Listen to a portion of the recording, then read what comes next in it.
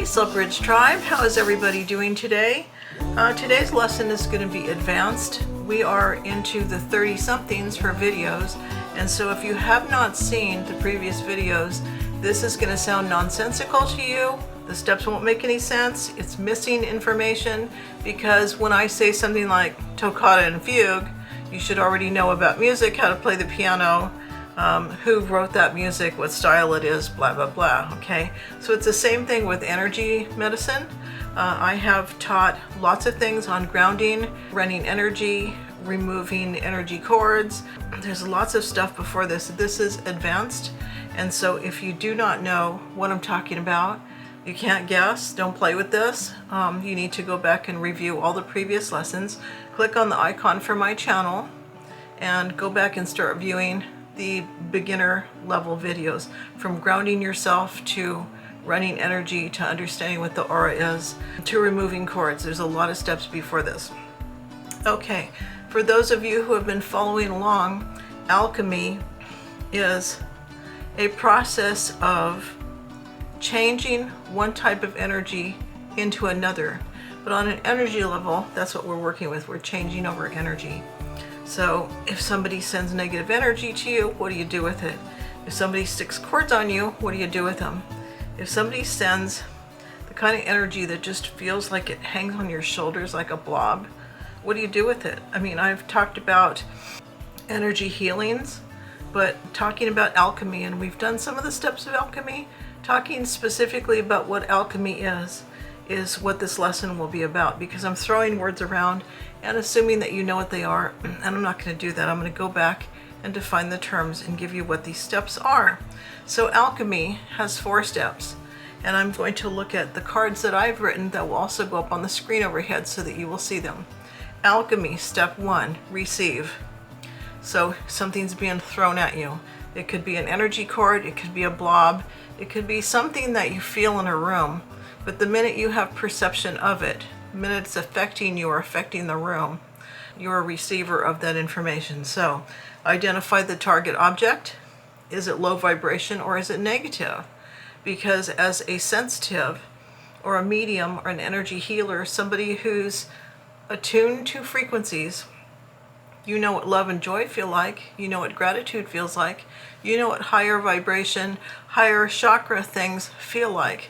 Lower vibration stuff is going to be really dense, really negative.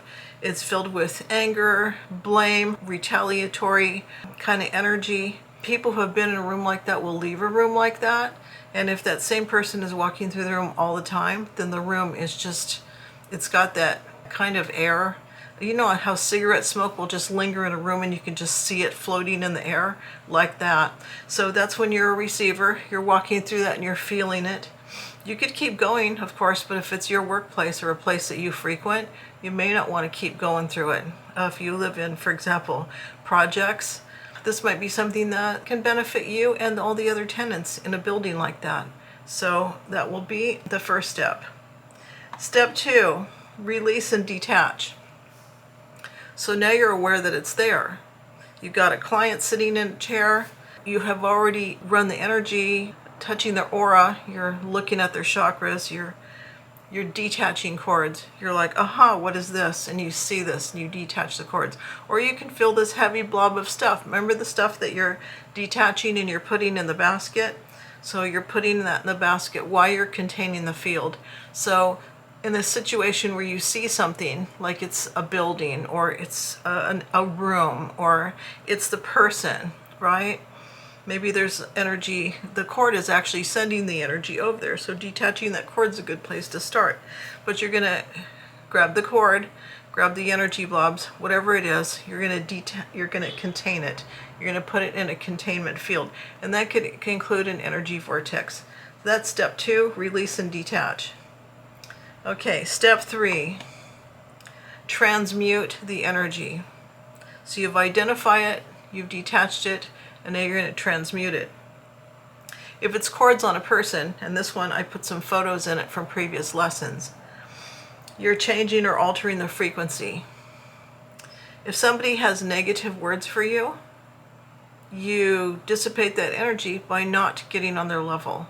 So in communication, if somebody drops their level. They start to breathe heavier, they get louder, they get a more angry looking pose, maybe ball up their fists. If you're a social worker or a case manager and you've worked with de-escalation, this is kind of like what we're looking at. You send back love energy. You speak with kindness. You send the devil pink and give him love, love, love, love, love. Okay, so that's sending color, that's sending energy back. The other thing you can do is when you're detaching cords off of somebody, and I said put it in a basket, throw it up in the air, and wave your hand over it. Change it to butterflies. You are transmuting it that way. And anything will do. I imagine little pollen seeds, little dust, leaves. You know, it's not physically going to turn into dust or leaves or butterflies, but in energy sense, you are transmuting that into something more positive. And then the other type is to create the vortex using Choku-rei. And we know that that symbol is not flat. It's coming across and down and then around. So when you start spiraling that, if you're standing back, or especially if you're bilocating and you're looking at this from a distance and you're placing that in that area, you don't have to be on the spot standing in that room when you're doing it. You can just close your eyes and visualize it. So the next part is 3, that's transmuting the energy. So you're changing or altering that frequency. And step 4, you can see the butterfly on there because we changed it into a butterfly, right? You're restoring the energy. How do you know it's restored? So in this case, I threw the basket and transformed that energy. The energy in the room will normalize. You might walk through the room, it doesn't feel as dense, it starts to feel lighter. And over time, it's continuing to spin. That right vortex that you plant continues to spin.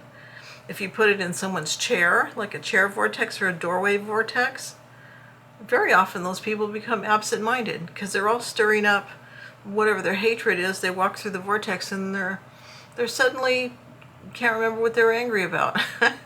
Expect a little absent-mindedness. The behavior of people around you may change because they're not used to kindness. They don't know what that vibration is.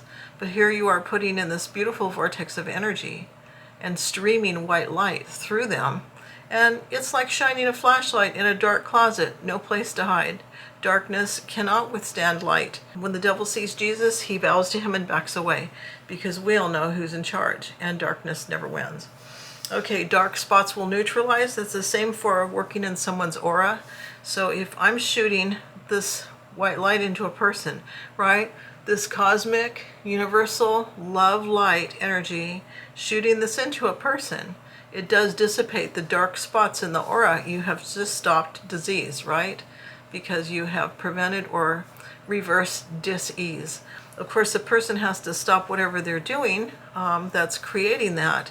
So if a person is willing themselves sick or thinking negative thoughts, you can only do so much in an aura. If their life path is that way, then they will continue to generate that. But if somebody's doing that to them, then you're going to be neutralizing the dark spots. Okay, smooth over the aura and close the holes. Remember I had said in a previous lesson, what do you do about mental illness? Or unfortunately, they're self-medicating with street drugs. So things like meth, heroin, cocaine can be very damaging to the aura.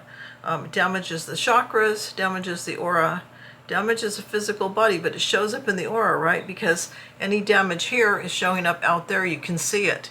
Okay, so you can do a healing on this person, especially if they're really wanting to change their lifestyle. They're really trying to correct the damage they've caused.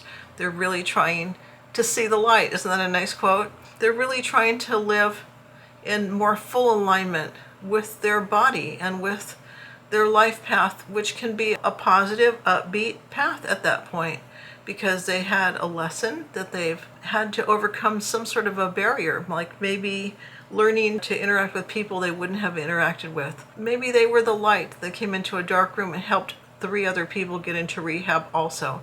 Maybe they'll become a rehab counselor at this point. You never know how people sometimes take tragedy or negativity and turn it into something positive. And that is also alchemy, right? But at this point, if you smooth over the aura and close the holes in it, let's say we're doing this for dignity, okay, like putting veneers on damaged teeth. Let's say that you're going to do this for now, and then check in with them to see if it holds. If they don't continue the behavior, it may hold. The person may also need to go for actual medication with a doctor, because everything that we're doing on energy level does not replace real vitamins or minerals or medication if neurotransmitter synapses are not connecting properly and stuff is dropping off. So there might be some other things that need to be done from a medical perspective, and I'm telling you, energy medicine, it's complementary, but I am not a medical doctor. And I always have to give that disclaimer that everything I'm doing is for educational purposes, and you are taking it and using it how you can, and Western medicine can fix a broken leg, okay? Reiki can't unbreak your leg for you, so there's times when medical doctors are the place to go. The vortex creation continues to spin. Remember how I said that Tesla would invent things in another dimension and then check on them to see if they're still working? Check on your creation, see if it's still working. Absolutely.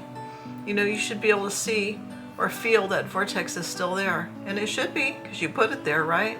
No one's going to dissipate a vortex because they don't know how to. So, all right. That is the 4 steps of alchemy. Thank you for being with me today. I'm going to have some more videos. Let's see if I can remember what my video list is. I'm going to be talking about the multiverse. What is that? And it's part of 5th dimensional shifting, so that'll be coming up. I'll be talking about a little bit more about the devil, who he is as a being whose job was to give us free will. And I'll be talking a little bit about earthing and what that is.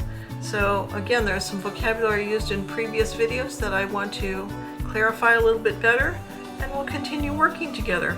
Okay, light worker family, stay luminous, and we'll see you in the next video. Please like, share your video, subscribe, make comments below. It really helps this algorithm with YouTube to get started, because I am a new content provider, and it really helps me to get the message out to people like you.